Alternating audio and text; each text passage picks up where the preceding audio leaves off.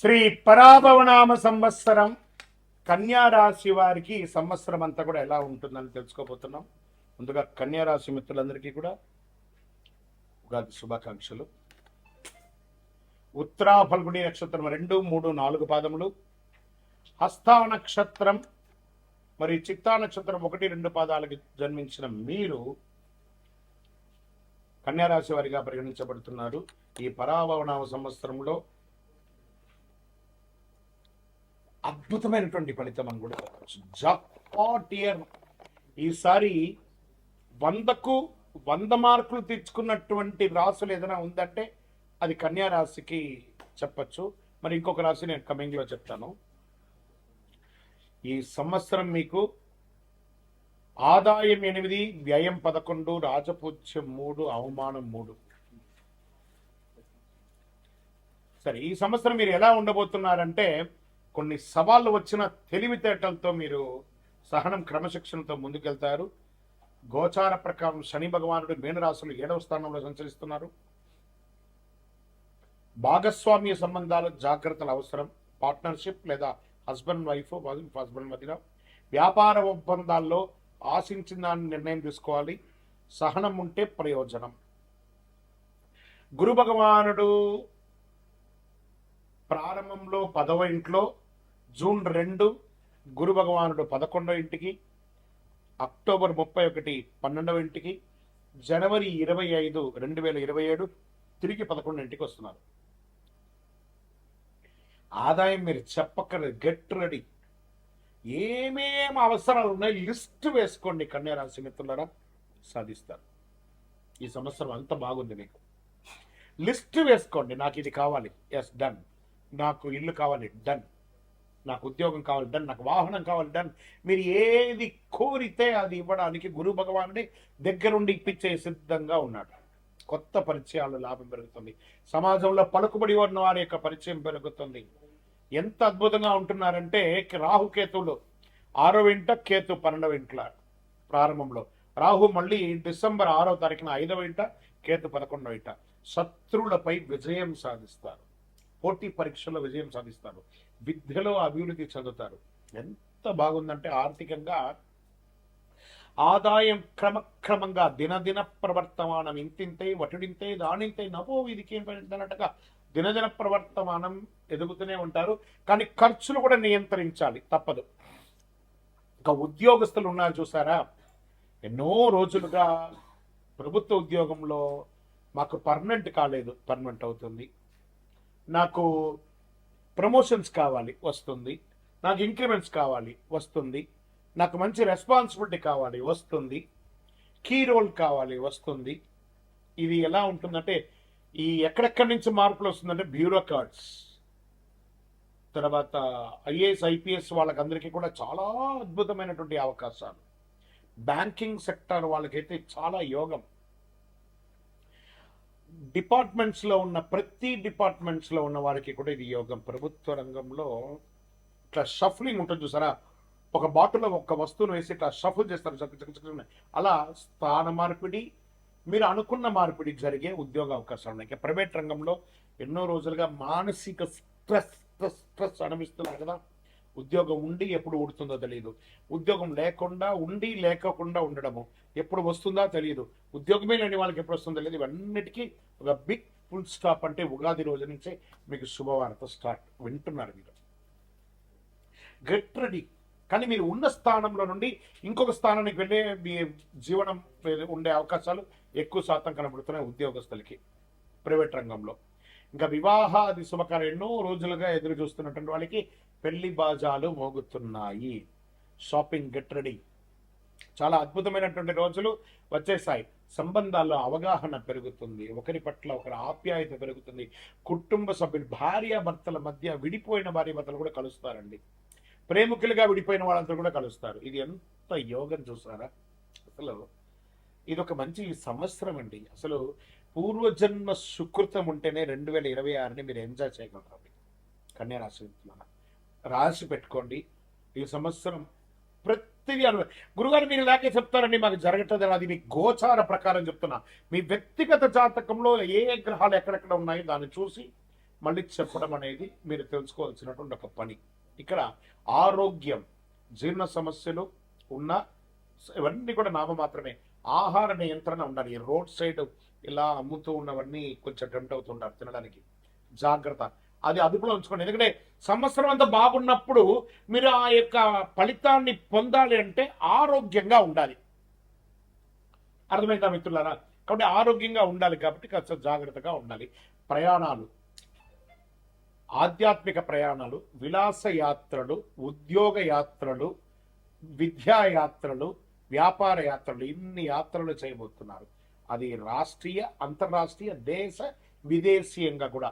వ్యాపారస్తులు కూడా exports business అంత అద్భుతంగా ఉండబోతుందండి. చాలా చాలా చాలా స్పైసీస్ ఉంటాయి చూసారా, స్పైసీస్ వ్యాపారం అంతా ఈ సంవత్సరం అమోఘంగా ఉండబోతుంది. చాలా అద్భుతంగా.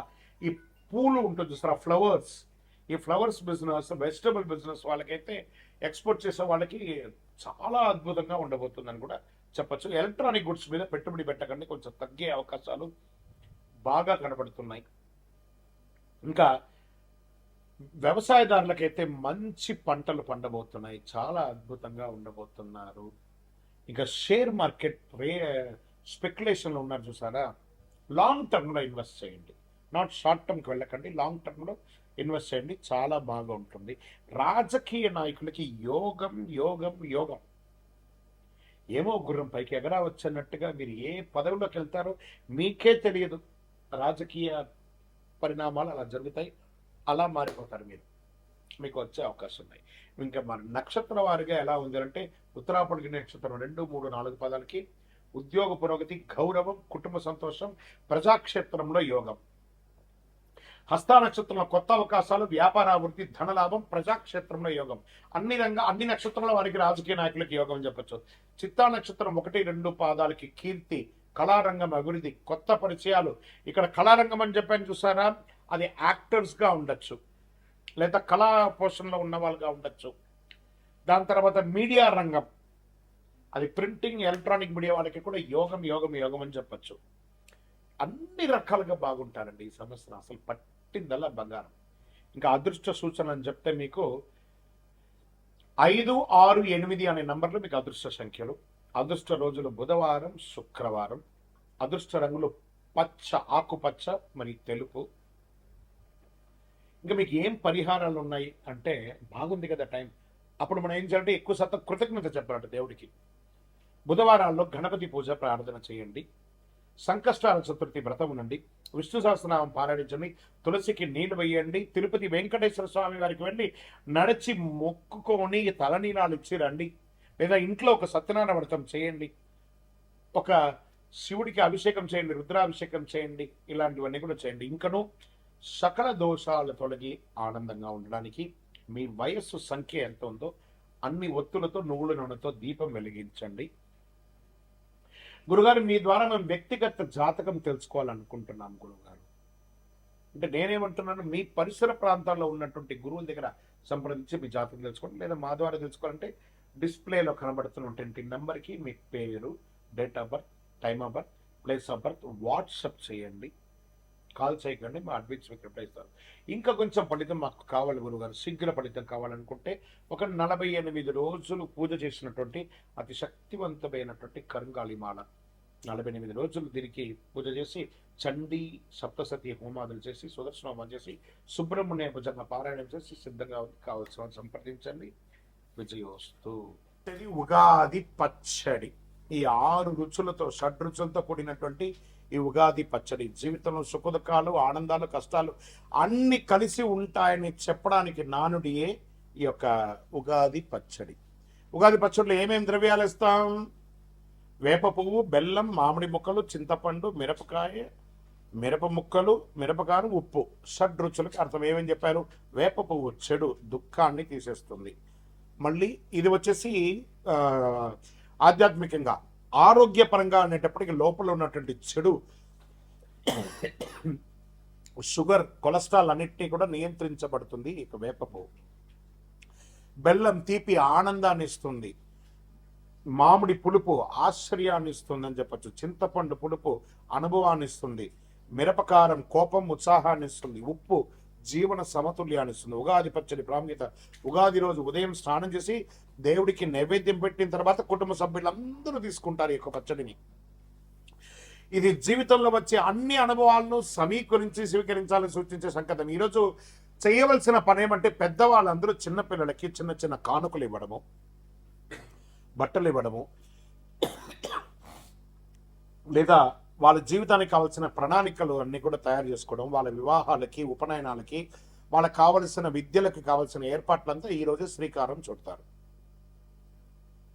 అద్భుతమైనటువంటి ఉగాది పరాభవనామ సంవత్సరం ఉగాది పచ్చడిని అందరూ స్వీకరించి ఆనందంగా ఉండండి. మూడాలు అంటే ముహూర్తాలు కావాలి అని అంటే సమయంలో మూడాలు కూడా ఎప్పుడు ఉన్నాయి, మేము ఎప్పుడు ఆ జాగ్రత్త పడాలి అంటే శ్రీ పరాభవనామ సంవత్సరంలో మాధ్యమిక కర్తవ్య వివరాలు మనం ఎలా చెప్పబడుతున్నామంటే, గురుమౌఢ్యమి 15/7/2026 నుండి 14/8/2026 వరకు 30 రోజులు ఉంటుంది.